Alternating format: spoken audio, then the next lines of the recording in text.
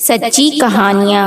جناب رسول اللہ صلی اللہ علیہ وسلم نے فرمایا کہ کوئی شخص کسی جنگل میں تھا، یکایک اس نے ایک بدلی میں یہ آواز سنی کہ فلاں شخص کے باغ کو پانی دے۔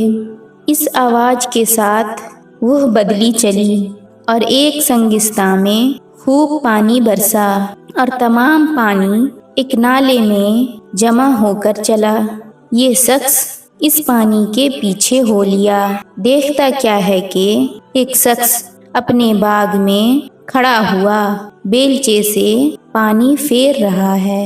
اس نے اس باغ والے سے پوچھا کہ اے بندے خدا، تیرا کیا نام ہے؟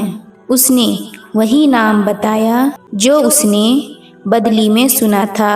پھر باغ والے نے اس سے پوچھا کہ اے بندے خدا، تو میرا نام کیوں دریافت کرتا ہے؟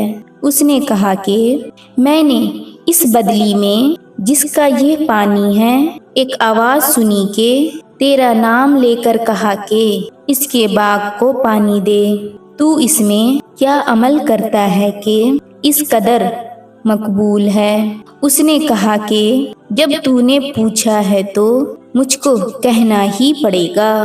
میں اس کی کل پیداوار کو دیکھتا ہوں، اس میں سے 1/3 خیرات کر دیتا ہوں، 1/3 اپنے لیے اور بال بچوں کے لیے رکھ لیتا ہوں، اور 1/3 پھر اسی باغ میں لگا دیتا ہوں۔ فائدہ: سبحان اللہ!